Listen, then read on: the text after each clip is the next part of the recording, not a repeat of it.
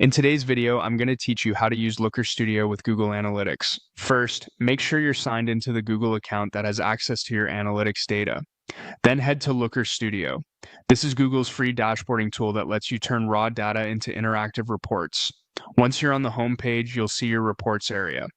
Open the report you want to work on by clicking into it from the list. If you're following along with a shared template, this will bring you right to the canvas. When the report opens, switch from viewing to editing. Look near the top of the screen and click Edit.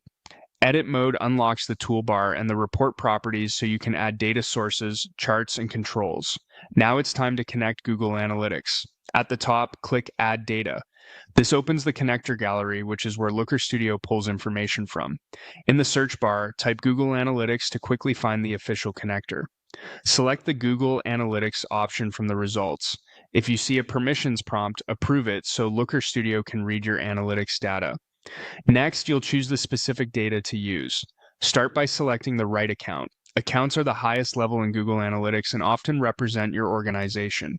After that, choose the property you want to report on. A property typically maps to a website or app, and this determines which events, users, and sessions you'll see. Pick the property that matches the site or app you care about. With the account and property selected, confirm your choice by clicking Add. Looker Studio will attach this as a data source to your report. If your report already has charts on the page, you can switch them to this new data source using the data dropdown in the chart settings. If it's a blank report, you're ready to start building visualizations.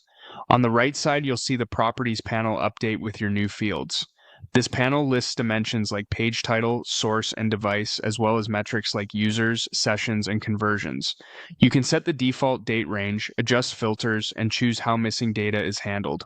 From here, drag a chart onto the canvas, like a time series or a table, and use the panel to pick the dimension and metric you want to visualize. If you need to narrow the data, add a filter for things like a specific country or traffic source. That's it. You've connected Google Analytics to Looker Studio, added it to your report, and you're ready to build charts using the fields on the right. Save your report and you're good to go.